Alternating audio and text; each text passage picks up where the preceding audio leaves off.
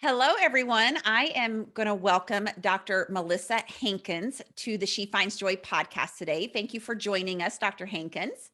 Oh, I'm so glad to be here. I'm so excited. I know. I honestly, everybody who's listening, you need to know we've already had a 15-minute conversation, and I'm kicking myself because there were. I said I'm an exaggerator if Melissa hasn't already picked up on that. And I'm like, there's already been 72,000 great tidbits that we needed to record here. But I want to explain to the audience how I came across and found you.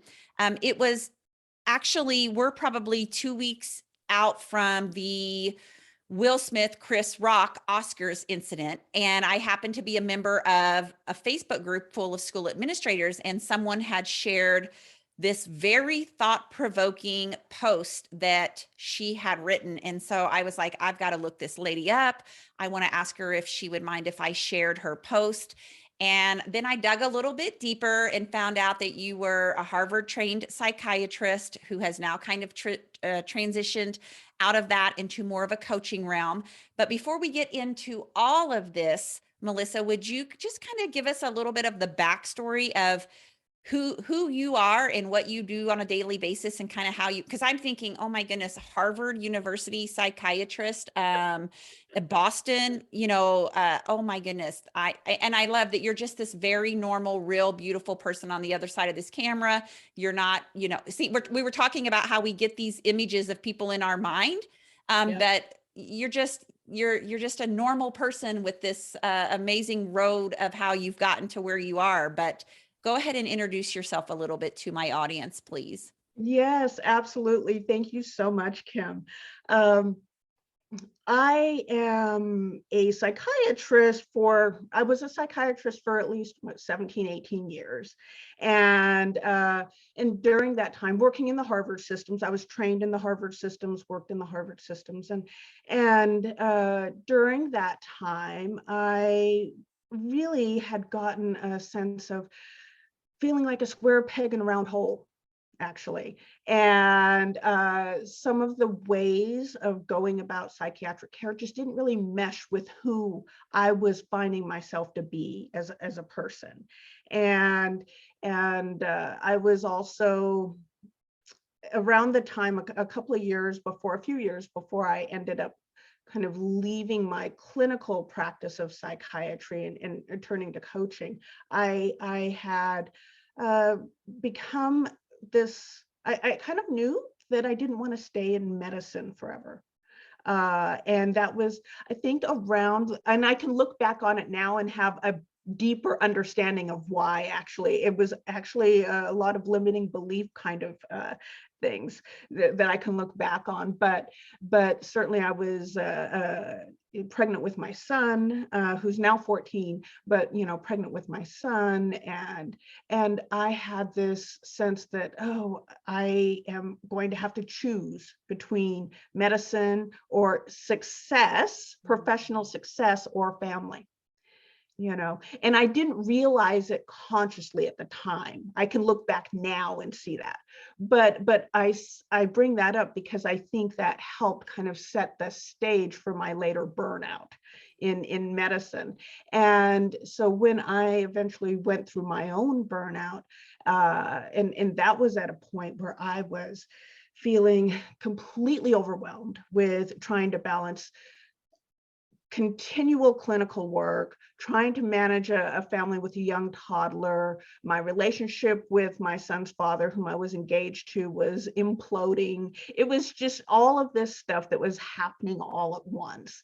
And it was just too much. But yet on the surface, people would look at me and say, oh, she's got it all together, this and that, until I didn't, until I was like just falling apart. And it got to the point where I had a thought that one day I had a thought one day my son would be better off without me. And I said, well, that's not good. Yeah. That's not I good. know at least enough about my professional training to know that that thought is problematic. Right, right. So I went in and I talked to my boss, And I said, look, I need to take a medical leave. And he said, oh, okay, all right. That's fine. I remember distinctly it was a Wednesday, because he said, but can you come in and see your patients for the next couple of days? Because you have a full patient load and we don't know where to put them and we can't burden your colleagues. And so as the conditioned physician that I am, I said, yeah, sure, sure. Come Thursday morning, I had my first ever panic attack. I couldn't get dressed, couldn't leave my house. I called the administrator. I was sobbing, just sobbing on the phone. I said, I can't leave. I can't leave. I can't get dressed. I can't. Just total meltdown, total meltdown. And she said, oh, okay, all right, we'll take care of, things here. And I pulled myself together after 20 minutes because I had to get my son to school, and he was in Montessori at the time. And I realized it was his last day of ice skating lessons at his school. Like, they were doing ice skating. I had missed every single one because I was always seeing patients. I was always working, right? And so I had missed this beautiful part of my child's development. And I went, no panic, no anxiety, nothing, fully present, had a beautiful time, beautiful time. And it was just, I loved it. And I thought I was going to be out for a couple of weeks from work, and I wasn't. It turned out to be 10 months before I actually resigned from there. But every time I went near kind of my work computer, I started to get anxious again. Any other time, I was fine. So it was really directly related to work. And it was during that time off where I really began to do some, for the first time ever in my life, actually spend some time on me, for me. And first time I wasn't either working or in school, because, I put myself through school. I was always working, part-time jobs through school, through high school, through all of that, right? Yeah, And yeah, because you said earlier that you grew up with a single white mother, and you grew up in poverty, so to speak. You were yeah, we talking about, struggled. you remember your mom getting an apartment and you guys had a sleeping bag. There was no beds and a roach crawled in your mouth and you were scared to go to the bathroom because at night there were more roaches in the bathroom. And so I think that's important because you and I were speaking about how, yeah, we can look at the so-called resume of Dr. Melissa Hankins and be like, she is a total badass who went to, Harvard, became a psychiatrist, did all of these things. And yet, and you even said, somebody said, oh, well, it must be nice. You must have been born with a silver spoon in your mouth. And you're like, let me just go back and tell you the 56 things that went wrong in my life before I was 6 years old. Right. It's so true. It's this assumption that we make about people, and because we always see where they are, but we don't see where they've been. Yes. Yes. And you and I were also talking because I was saying that I was explaining to Melissa that, one of the stories I share from the stage is my own debilitating illness with panic disorder for a big part of my life. And sometimes when people introduce me, or they'll say like, oh, she went from not being able to walk to her mailbox to standing on this stage with 3,000 people. And basically they paint this picture of me just being this amazing person who jumps on a plane and zips around and, gives these talks and is super successful. And I am the first to say, like, let me back up here a minute. Yes, I'm wanting to inspire you. I'm wanting to let you know that you can take responsibility for your own life and you do have the ability to make it better. But don't let me stand up here or anybody pretend that like, oh, she had it terrible and now she lives this perfect, flawless, beautiful life. Because even though I can sit here and woo you for the next 60 minutes and most people are scared to death of standing on a stage, next week, I don't know. I might struggle to drive my car 5 minutes to Walmart. I'm going to hope that I don't, But to think that I am 100% fixed would be a misrepresentation of who I am. And you and I spoke a little bit about that, that we almost feel like they want to know we're fixed. Right, right, right. Because we all have our own histories, our trauma histories, whether it's big T trauma, little t trauma. Trauma is trauma. We've all had our fair share, or not so fair seemingly, of challenges in life, right? And so when we see someone that we think, oh, that person is kind of like me, they've been challenged in a similar way and they've made it, okay, I need to make sure that they have made it. But if that person then kind of falls off, has more challenges, and God forbid they're in the public light, that happens, then it's like, well, wait, what's wrong with that person? They should. And so we get upset at that person, because really what that often can be is, well, geez, I saw them they're like me, they were like me, they made it, and now they're falling back off. If they can't sustain it, then how could I possibly? So I might as well not even try. And so then some of the depression or the anxiety or the anger or the frustration or the overwhelm just continues to pile up. So it really is recognizing that it's a journey. And it's not this automatic, like, oh, yay, it's a staircase, kind of go up. And sometimes those stairs go down again. And then we kind of, step up and we plateau and we kind of acclimate to the new. Okay, I can get out of the house and go to Walmart now. Okay, that's good. All right. So then you get used to that, and then you start to, build up from there, and you struggle to get to the next plateau, and it's like, oh wow, okay, I can actually drive across the state now, and that feels good, and Mhm. and then and next step up, oh, I can actually speak at my, company's meeting. I can speak there, wow, and use my voice and not be afraid that people are going to laugh at me or my boss is going to shut me down. And then, but you might have then, a step back where it feels like, oh, that's terrifying. I can't do that. I did it once, and I'm supposed to always now be able to do it. That's Yeah. not how it works. Yeah. And I think, like, for me, when I think about what you just described, I've always kind of felt like I go 2 steps forward and then I go 1.5 steps back. Yeah, And then I yeah. go, and I look at, because even when I had my really bad relapse in 2018, that just felt like it came out of nowhere. Um, I was saying to myself, this is how I felt at 22. I am, whatever I was at the time, 40, 44.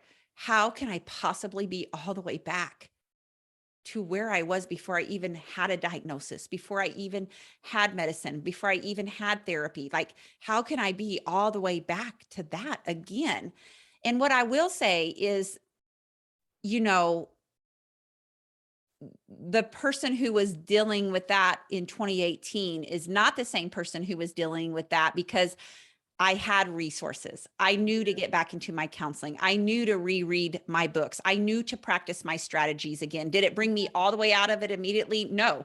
I mean, I'm currently working with a psychiatrist, because we're now going to adjust meds, because I've been on Zoloft for 28 years. And so I now know that there are Mhm. action steps that I can take that are going to get me out of the gutter quicker. So that's a positive, right? And that Absolutely. is where our power lies. Um, Yes, yes, I love that, yeah. because oftentimes people make that mistake. They feel like, oh, I've gone right back to where I was, and you're not. You, if you can center yourself enough to recognize, wait, okay, yes, I've relapsed in whatever way, and I have more knowledge than I had, back then. I have access to more resources. I know I may not be able to reach out to all the resources or or engage all the resources that I know, even the internal resources that we have developed over time. But it really is something that you have already started to have a toolbox that you have then, and you have more tools in your toolbox. Yes. And I have evidence that shows that Kim Strobel is always willing to do the internal hard work to make herself be able to leap forward again. Yes. I know that about me. Because it's so easy, right, to get down. And you know, that is I had a million different ways I wanted to go with this session, because I really do want to talk about what you wrote with the Will Smith and Chris Rock example, because I feel like it's such a wonderful way for us to look at trauma and how that affects us as adults.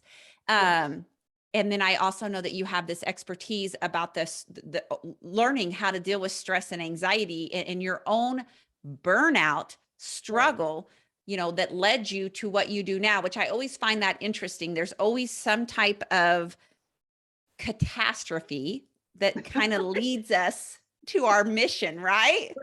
Right. Yes. I don't know why it has to be that way, Melissa. Right. It's like, okay. I think, for me, it was really interesting because when I had my burnout, I had signs before, and I didn't listen. I didn't listen to, taking the time for myself. I just kind of kept going, and because that was part of my sense of worth, my perfectionism and workaholism. And that comes back to my background of this was my way out of, food insecurity and money insecurity and all of that stuff that we struggled with when I was a kid. Yeah. And then, and so you're going to do everything you can so that you never, ever even attempt to go back to that struggling life of a finance. Yeah. Right. Right. And then for me, there was an additional layer, actually, because I was raised by a single white mother in Utah until we were in 8th grade. There was racism there. So I had to be the best white girl, in the most perfect white girl in a Black girl's body. Oh, that's so powerful. Yeah. That's a powerful thing that you just say. That one more time. Yeah. So my internalized belief was that I had to be the most perfect white girl in a Black girl's body. And that did a number on me. What? Oh, yeah. So it's no wonder that you, what? that you really became a complete overachiever, really, in all areas of your life. And then you struggle to sustain that, especially when God gifted you with your child. And now it's like, oh my gosh, I am so spent over here. And now I'm failing as a mother over here. And this is causing dissonance between me and who I want to be and how I want to serve. And I can see where you had to basically get slapped across the face. And yes, I always said God took me out when I couldn't take myself out. That's good. Yeah. God took me out when I couldn't take, that's fantastic. Oh my gosh, such powerful stuff. So what I keep fighting with myself here, because I can come back. We can talk more than once. We're going to have to, girl. I mean, we are just going to have to, because I just cannot not read what you wrote here, because I think there are so many tidbits, and I want to just break it down and have you respond to some of what you wrote. But if my listeners will bear with me, because I think what I'm about to read to all of you is going to, for most of you, really open your eyes up to understanding trauma in its many multiple facets, and how that trauma plays out in every single one of our lives, not just our students' lives, but in our adult lives. And so what Melissa said is, here's her post. This is what the result of unresolved trauma can look like. What many of us witnessed during last night's Academy Award ceremony between Will Smith and Chris Rock. was indicative of a trauma response. While I am in no way condoning violence, I think this is a very public and important opportunity for us to all understand what a trauma response can look like.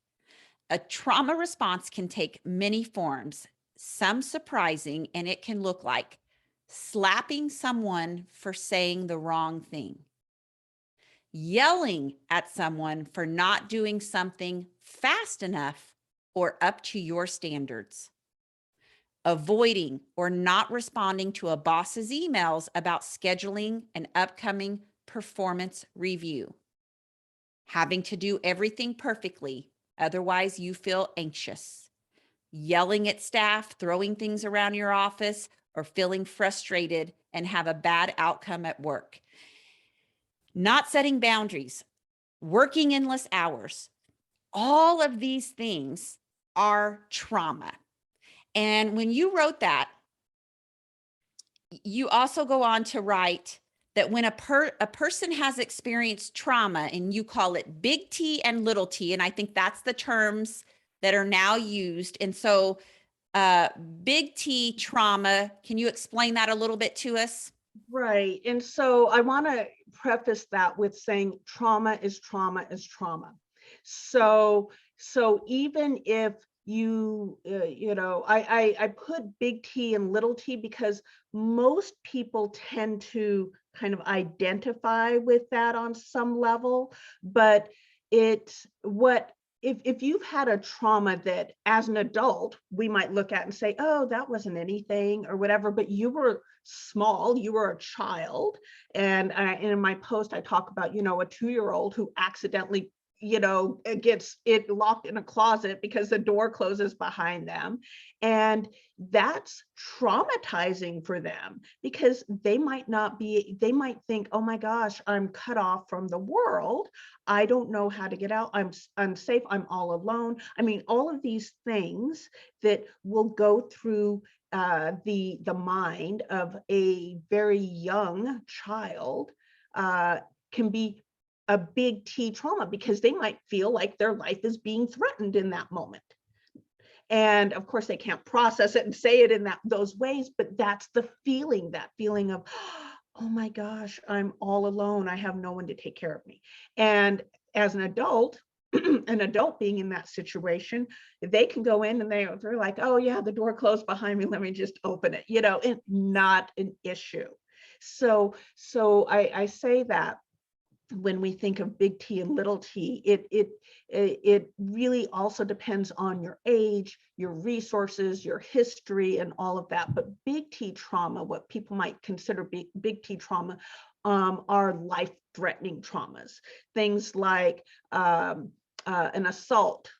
So if you were somehow assaulted physically, sexually, these types of assaults to your body in some way, a war, being in a war, that's a life-threatening kind of situation. Being in a motor vehicle accident, those types of things can be big T traumas.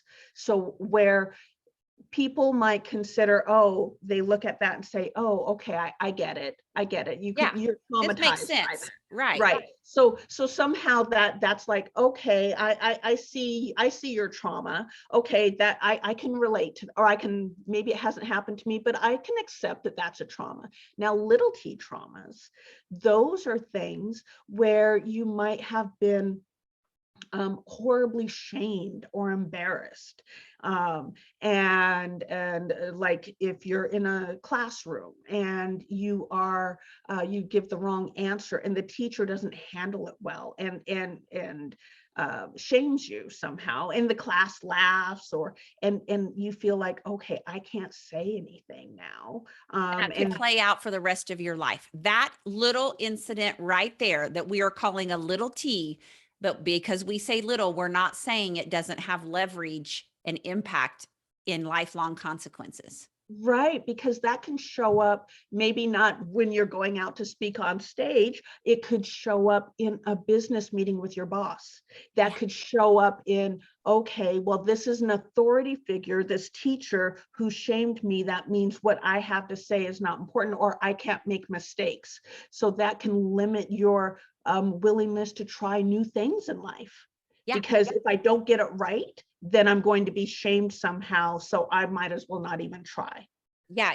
When I was reading your post, I was thinking back to, and I only made this connection in the last 10 years or so, but I felt like I was kind of like you know how there's classifications in school and you have the popular kids and then you have like the kids that aren't popular, and you hate to say it, but many times they come from like the low poverty families, right? Unfortunately, that's just these little things that we grew up in school systems that were like this. And then you had like the middle of the road kids. And I was like a middle of the road kid, but I remember all I wanted to do was be popular. I just wanted to be pretty like this girl was in my school, or I wanted to be in Mr. Beatty's room because that's where all the smart kids were in his, he was their teacher. And then I felt like I was a middle of the road person all the way till high school. And then in high school, I start to develop, I become athletic, and I become so-called one of the, like, for lack of a better word, popular kids, Mhm. Homecoming queen. And, just, I kind of step into my worth, I guess, and I feel pretty good about myself. But in middle school, I was in a group and I was trying to hang with the popular girls. And one of them slapped me across the face in front of all the other girls. And she told me, "Shut up, Kim. We don't want Mhm. to hear what you have to say." Wow. And it, so the way this story goes is I end up kind of having this core group of friends that, again, for lack of a better word, are kind of like the popular girls. And after we graduate and get out on our own, we are continuing to hang out and have these little, like, we called them girly nights, where I would have everybody over and we'd have some drinks and we'd have a lot of fun.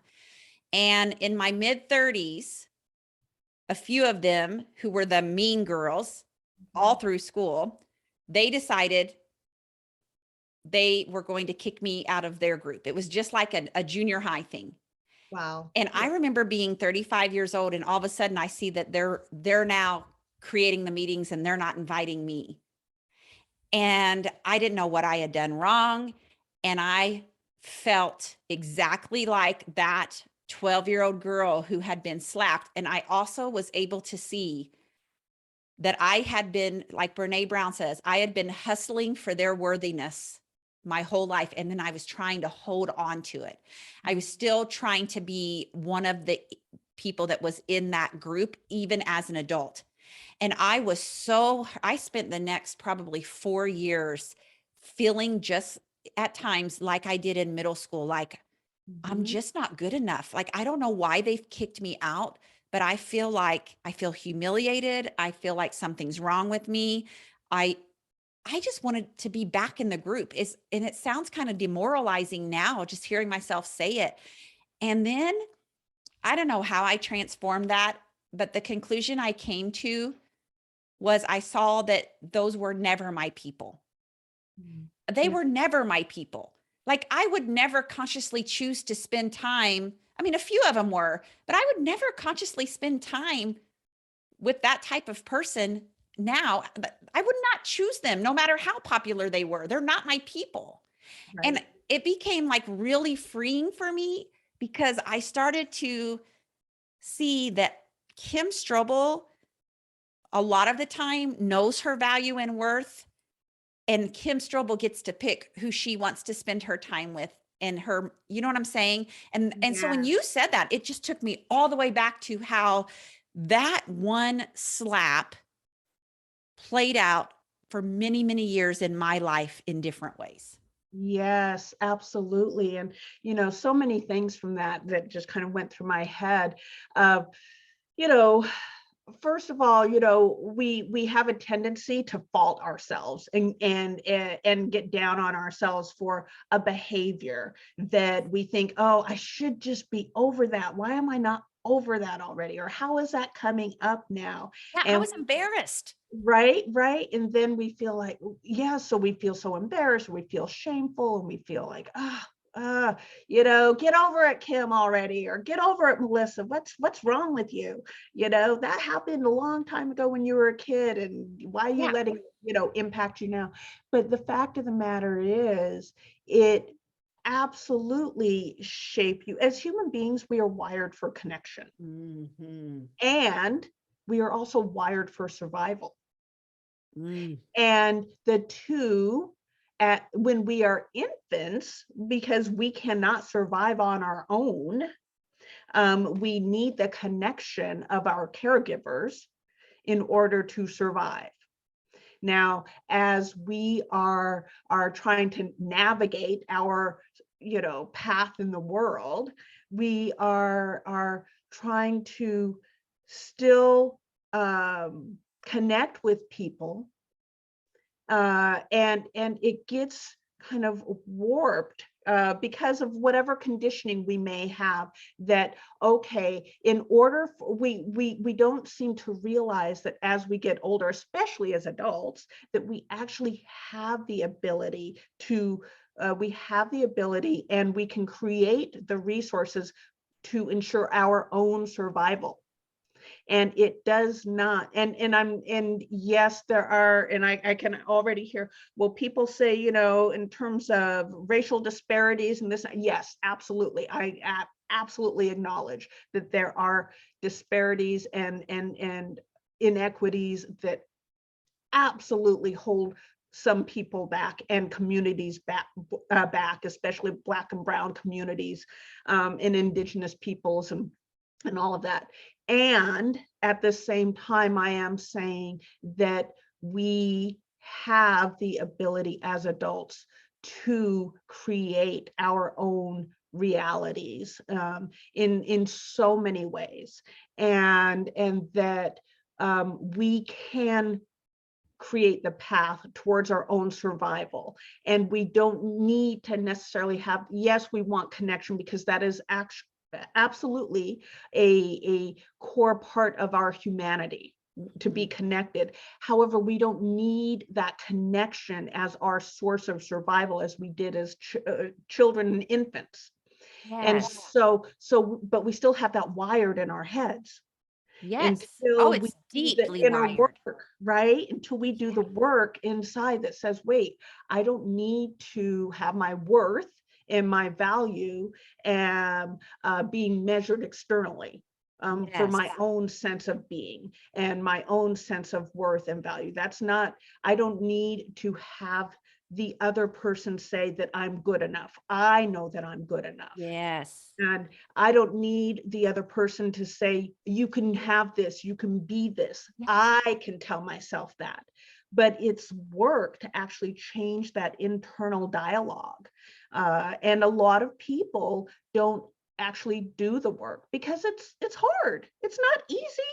And you No. face a lot of crap inside. You have to face all of those, like, what are those voices Oh, telling me? I know. Because even as you're talking, I'm thinking that who is it? Is it Maya Angelou who like or maybe it's Oprah, I've heard say this before, like those people who hurt me, I'm nice to them. If I see them, I'm nice to them. And sometimes I'm probably too nice to them. But they also are not going to be invited to my dining room table anytime soon, nor Yes. ever, because those people no longer deserve an invitation into the greatness of who I am and know myself to be. Right.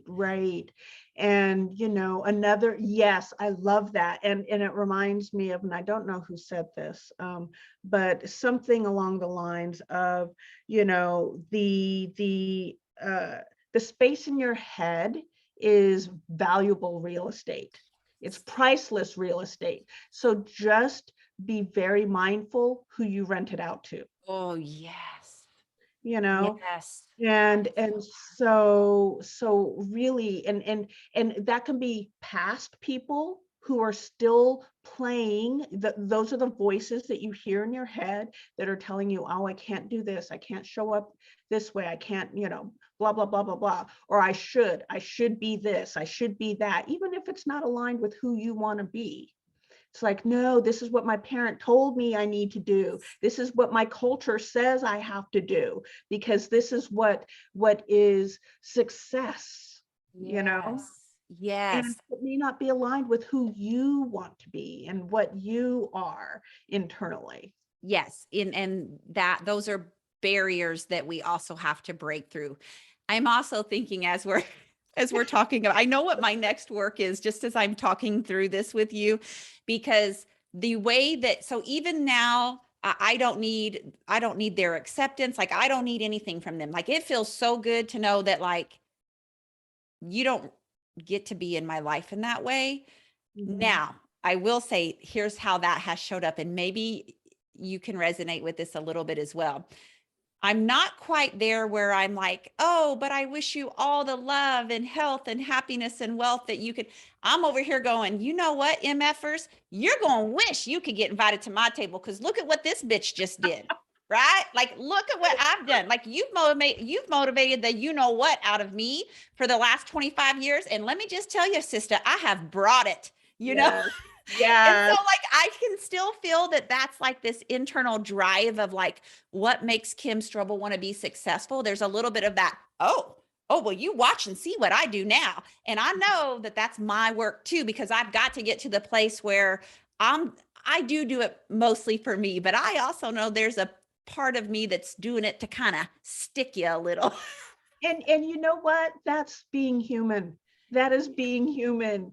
Give yourself, if you need to forgive yourself for that, if you need to accept who you are, yes, that is part of being human. That's where you're at right now in this part of your journey. Yes, yes. I mean, someday I'll be that highly evolved Buddhist monk in another life, but I don't know if I'm going to get there in this life. Right, for right now, this is where you're at, and I you're know. doing tremendous work in helping others Yeah. as you're doing that. We don't have to have all of our shit together in order to, No. help Thank others. God, or we'd both be screwed. I know, right? Oh my gosh. So I love that you've explained to us, like, the big traumas, and then the little traumas are things that we've maybe never even considered. Like, I had not always considered that the slap in 6th grade played out in my life in different ways. And so I want to read the next part that you said, because you said the brain and the body will store that traumatic memory in ways such that aspects of that memory can be reactivated by present day interactions and situations. Yes, yes. And you said when this happens, the person experiencing this reactivation, which means basically you had some type of trauma in your life and you got triggered. And when you got triggered, it reactivated some kind of, you said, split second processing on maybe an unconscious, subconscious, conscious level. And that particular event that just happened is being filtered through the past trauma. Can you explain that and even correlate it to the Will Smith, Chris Rock thing, since we're just all so in the face of Right, that right right. now? Yes. You know, so when we experience a traumatic event, or when we experience any event that has heightened emotions, positive or negative, that gets stored in our hippocampus and our amygdala, our limbic system. I'm not going to go, too sciencey here or anything, but the part of our brain that those, it's a different part of our brain than that processes conscious thought. That's our frontal cortex, our Prefrontal prefrontal. lobe, yeah.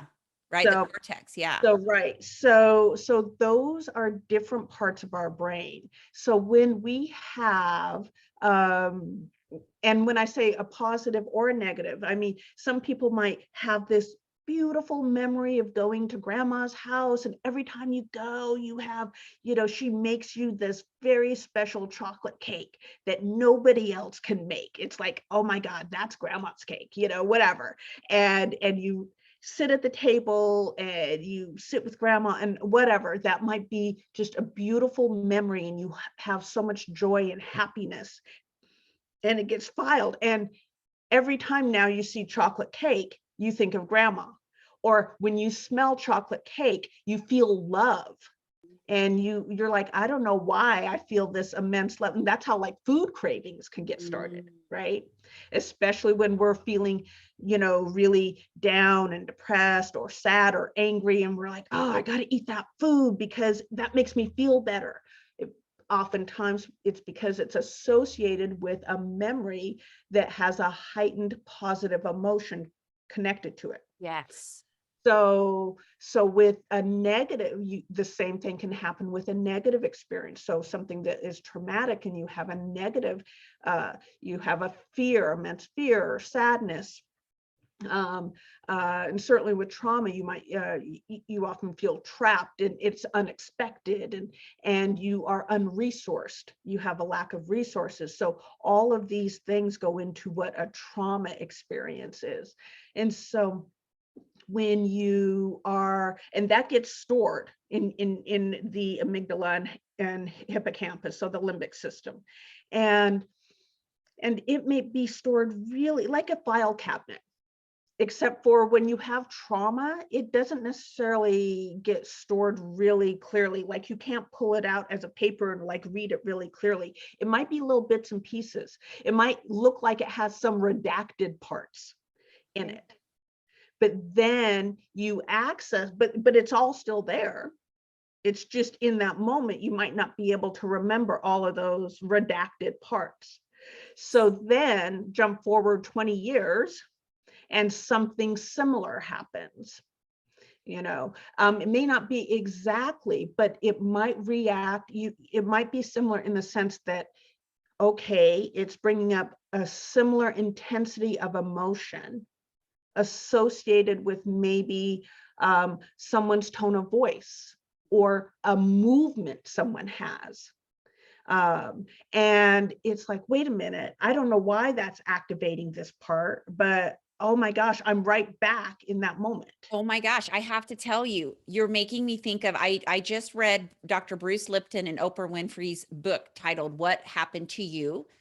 And he is someone who has extensively studied behavior and traumatic, how trauma on the brain affects people. And he talks about this one student. I'm not going to get this totally right, but it was like a student who, had been in 14 foster families, and he was completely out of control, and no family could handle him. And then, or maybe that was a different one. I'm sorry. This particular person was well behaved except for this one teacher. And in this one teacher's class, he was completely out of control. He had behavior challenges. He literally would repel, like he was repelled by the teacher. And the teacher was nice and kind. And they finally related it to the teacher wore a certain cologne. Do you remember that? Yes. So sense, because when we have a trauma that happens because our mind, the date stamp and the processing of that trauma is kind of garbled. So we might remember certain pieces of it, and we can't put it all together. So yes, you might have a scent. Yeah. And it's like, Yeah. what? And that activates. Another story, I've certainly heard of a person who was sexually abused, and the person who abused her had a bald head. So every time she saw someone with a bald head, she just started to have some panic attacks. Yes. And she didn't know why. I mean, these could be perfectly, Yeah. Nothing wrong with that person. but it's what the mind then associates, and you think you're going crazy. Yeah. It's like, Yeah. why am I acting like this? Yeah, This the person's teacher so was like, I don't understand. I've been nothing but great. But they found out that whatever cologne that teacher wore was the exact cologne that this person who had abused this boy had worn. kind. And so every time he sat in that teacher's classroom, the prefrontal cortex, which is, the logical reasoning part of the brain, It shut goes down. offline. It Yeah. goes offline. And then out comes these weird, like you said, little fragments of files that were stored back in the limbic system or the amygdala that is saying warning, danger, danger, danger, danger. And so all they had to do was to get the teacher just stopped wearing the cologne and everything changed. Yes. So Yes. I love when you're explaining that what happens is there's this trigger, this kind of visceral reaction, and it's instantaneous. Right. And it's usually because there's some type of similar scenario taking place. And you related that to what Will Smith did when he went up and slapped Chris Rock. Right. Because tell the audience Right. why. So with that, and I have to, preface this with, have I examined Will Smith? No. No. Have I spoken to him? No. So this is my hypothesis. Yes. Um, but understanding trauma the way that I do, having worked for so many years with traumatic, scenarios with patients, understanding my own trauma, becoming even more trauma informed long after medical school and taking courses in it, and so really understanding it on a deeper level, that and people talk about, oh, he was laughing, he laughed at the joke. Well, people can have nervous laughter. We don't know why he was laughing. He might have actually found it funny. He may have already been feeling a little nervous. He may have, but even in that moment, Jada, his wife, had this look on her face. She had this look on her face. And it could be that look was reminiscent of something for him that may have brought him back to his own childhood trauma when he was 9, witnessing his father horribly physically abuse his mother to the point where, he beat her. He saw blood coming out of her mouth. He talks about it in his autobiography, and I put a little excerpt in the post that I wrote. Yeah, I'm going to read it because I read Will's book, so I know exactly the incident you're referring. In that book, he said, as you wrote, when I was 9 years old, I watched my father punch my mother in the side of the head so hard that she collapsed. I saw her split blood. That moment in that bedroom, probably more than any other moment in my life, has defined who I am. Within everything that I've done since then, the awards, accolades, spotlights, and attention, there has been a subtle string of apologies to my mother for my inaction that day, for failing her in the moment, for failing to stand up to my father, for being a coward. And I remember in his book, he talked all about that even though he's achieved these many things in his life, the underlying theme of his life still is, I am a coward because I don't stand up for the people that I love. Mm-hmm. Right. And this, seeing Jada's response, that she was visibly upset by this, and whether it was her own trauma, whether it was her just anger, frustration, what have you, we can debate until the cows come home on this, because we don't know. We frankly don't know. But we do know that she had a look on her face that was not, that indicates she was upset, that she was upset by what had just been said by Chris Rock. And for Will, that could very well have brought up oh my gosh, and not even a conscious way. Once again, this is, and it occurs in a split second. It really does. It's not that accessing of those kind of, memories occurs on an unconscious or subconscious level. So it's not as if he may have said, oh, okay, this is what I see, I'm going to go up and smack him and implode my career.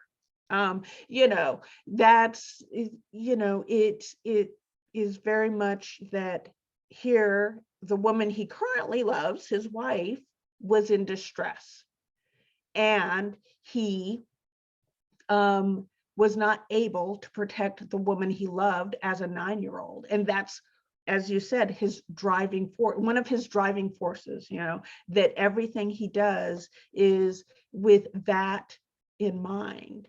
And so when that is so deeply embedded in the actions that you take, and then there's an incident where, you keep in mind, he's at the Oscars. This is the first time he's, Academy Award winner, he's up for this, and this is, and looking like he's going to win. The amount of stress and adrenaline already, that's already, playing havoc probably with his, neural networks, right?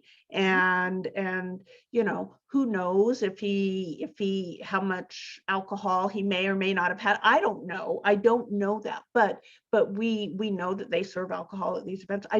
So a lot of things could have come together to make it a very fertile ground for this incident to happen in a split second. Yeah. And access You that and I trauma. know enough about the brain, and I know a lot about the amygdala, because the amygdala is the part of my brain that fires when I have a panic attack. And the reason it feels like it's coming out of the blue is because, I don't know if you even know this for sure, but or have read this, but the amygdala fires in 1/14 of a second. Yes. So that's why you're getting these subtle clues, but the amygdala is the fight, or flee, or Right. sorry, fight, flight, or freeze part of the brain, right? So you're either going to flee the situation when you're under distress, you're going to fight in the situation, or you're going to freeze up. And so when the amygdala fires that fast, it purposely has shut down any reasoning whatsoever that you have. Your prefrontal cortex, your ability to logically reason and think, is completely gone, because that part of the brain is trying to react to this situation. And so I just think that's further evidence that he really did have a split second reaction where he went into fight mode. Right. And his survival brain kicked in. Yes. His survival brain kicked in. And this is, what I was speaking to a little bit earlier. Our bodies are wired our brains are wired for connection and survival, right? And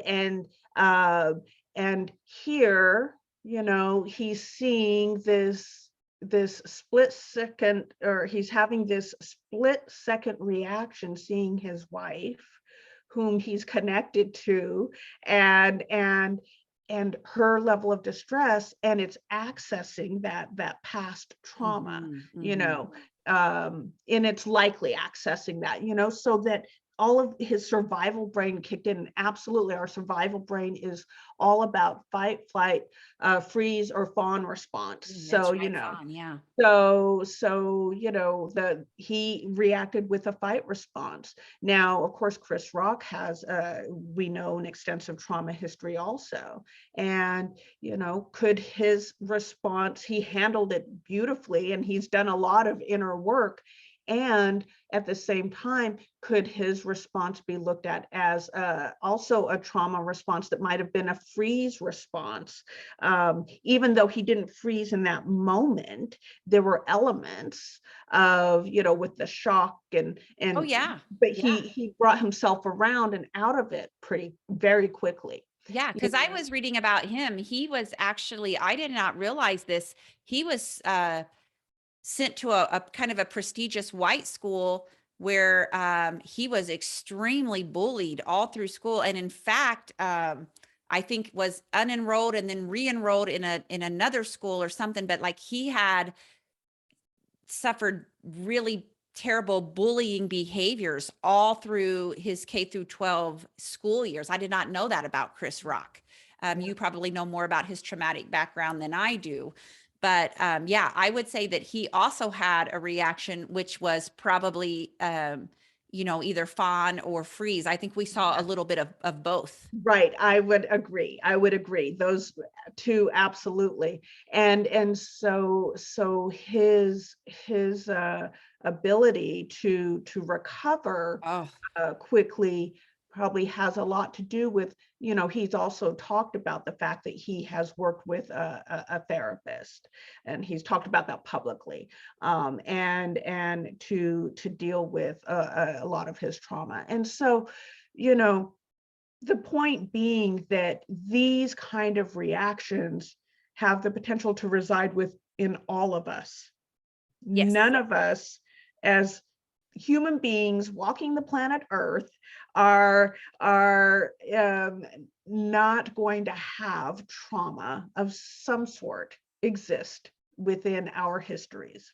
Yes, yes, I agree. And I thought you also stated like you are in no way condoning this as a free pass. That, oh, well, okay, Will had this trauma, so that's why he reacted. So we just need to have compassion for him. You clearly stated, that does having a history of trauma give a free pass to present day trauma reactions? You said no, of course not. Of course it doesn't, but it does highlight the importance of understanding trauma, you said, in its many manifestations, and helping us understand, you know, that obviously Will Smith has more work to do on his self, just like you and I and every other human being walking the planet.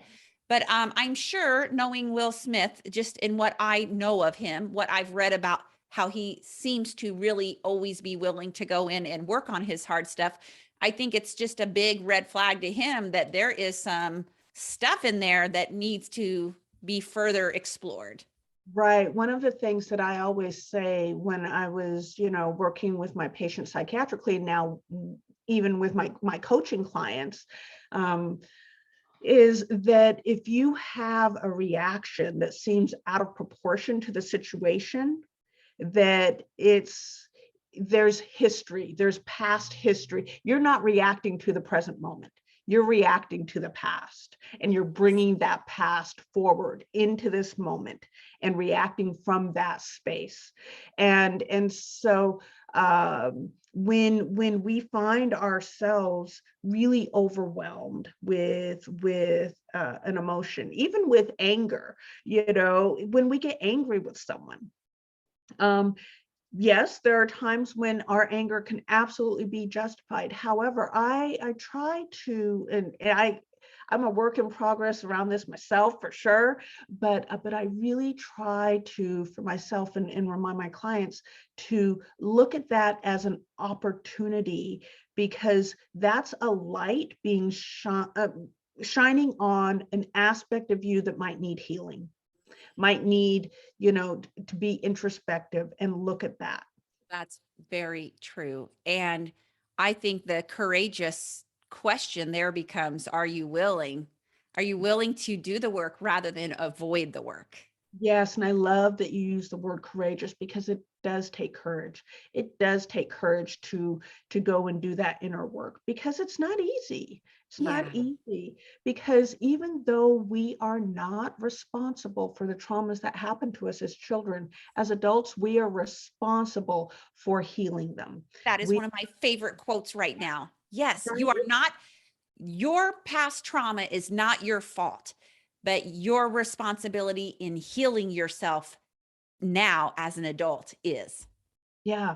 So if you don't do the work, then that's on you, and that's really the whole point of the article, was about shining. It was much less about, Will Smith and Chris Rock. That was a great and very public example that I think Yes. a lot of people could resonate with and see, and of course, all kinds of camps and this and that and debate and what have you. But the point of the article was really to look at that as a jumping off point of, okay, what's going on inside you? And that's why I gave such varied examples of what trauma can look like, a traumatic experience can look like, as well as how it can manifest in a person's life, right? And because in that, and I think, like I was telling you before, this what started off as a, Facebook post on my personal wall that got shared, to other places and other groups, and then 30 went some thousand times, right? 30,000 times it's been, shared from, someone else's wall, and who, she put it on her public feed and it just got shared. And then, it's an article on Kevin MD and it got shared 11,000 times. And so, I mean, the reason I think it's gotten shared and gone viral in that sense is because people see themselves in it. Yeah. Yeah. It, Oh, it yeah. yeah. Everything we've talked about, it's like I can see it with my husband and I and how we navigate our relationship. And, sometimes he'll have a reaction to me and I'm like, I'm dealing with 6-year-old Scotty Strobel. And I know that but I also, dude, I need you to work on that shit because I want to deal with 56-year-old Scott, and same thing Right. with me. I mean, it's like, oh my gosh, I've really been able to identify some childhood patterns that play out in my relationship as an adult with my husband that Yeah. aren't helpful. And so, I'm doing my work with my counselor because I know that my husband deserves a better version of Kim than 6-year-old Kim, Right. And Kim deserves a better version of than Yes. 6-year-old Kim. Yeah, very, very, yeah, very good. Absolutely. Well, Yeah. I'm also going to drop that article in my show notes because it really is wonderfully written. I think, like you said, you're not even sure where it came from because it's just like I feel like spiritly, that was just divinely led, right? Like, I don't know, yes. I something. feel like it was just something that, the world is so traumatized, for so many reasons with the pandemic and the war in the Ukraine, and then, all of the things before that, all of the racial disparities, all of, the events that we've had over the past, George Floyd. I mean, all of these things that have been so traumatic to us as human beings, that trauma needs to be recognized and healed within us, right? And so that is something that is so important, and that's really, what the article speaks to. Please look within yourself, and if you need help with that, seek out services.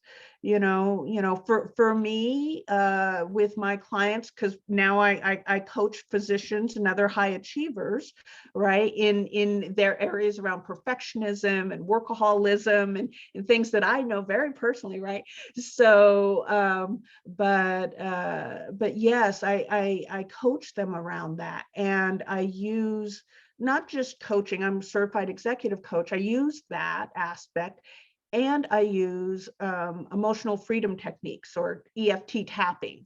Yes. And that, yes, so I'm trained in that. I've been doing that for over a decade now, and I've taken, specialized training in that, and so a trauma informed approach to that. So when people have these stuck patterns, even if it's not violent, even if it's not a substance abuse kind of thing, even if it's not that, maybe it's, geez, I want to stop working, 80 hours a week, and I don't know how, because it's ruining my marriage. Right. Or, I want to stop feeling like I have to be perfect because I see I'm doing it to my child.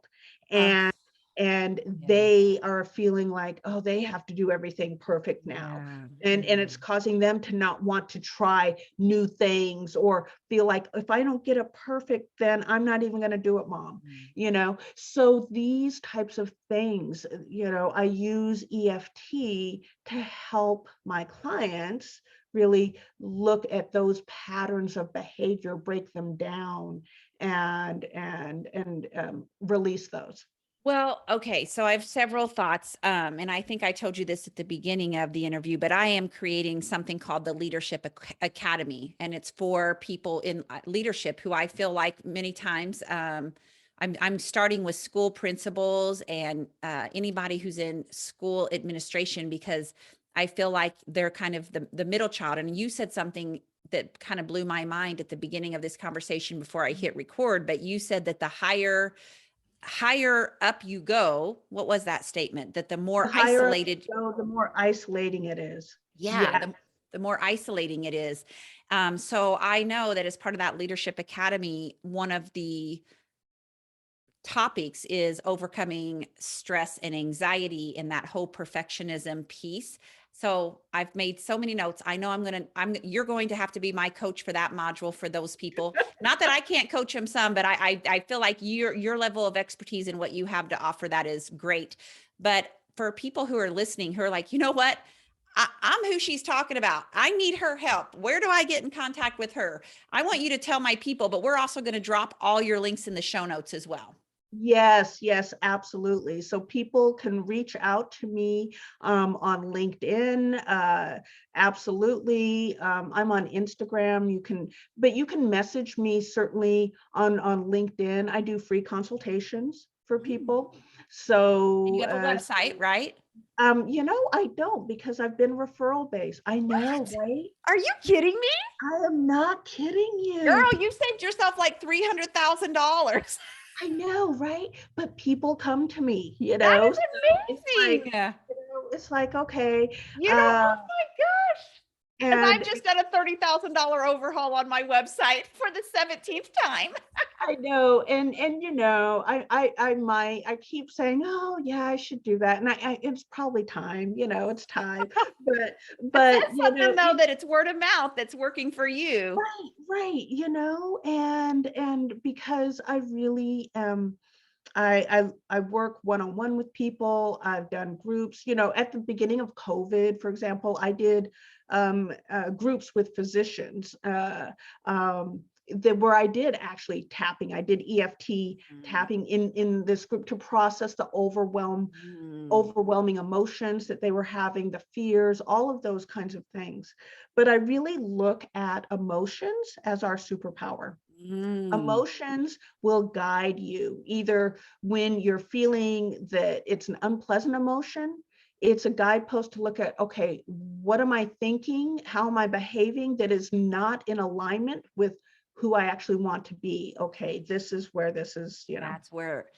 So I'll drop your email. That way they can also directly email Yes, you. absolutely. So my email, my LinkedIn, my Insta, Yeah, absolutely we'll all of give those all of things. that to them. That way they do have your Yeah. information. Oh Yes, my you can. gosh. I mean, I knew this would be, yeah, this is powerful. And I know it's long, but it's like I think it's so meaty. There's just so many tidbits. And I think that we both did a good job of like relating how that has surfaced in your life and how it's surfaced in my life as well. And so Yeah. understanding that trauma is just part of the fabric that is woven into us as human beings, Right.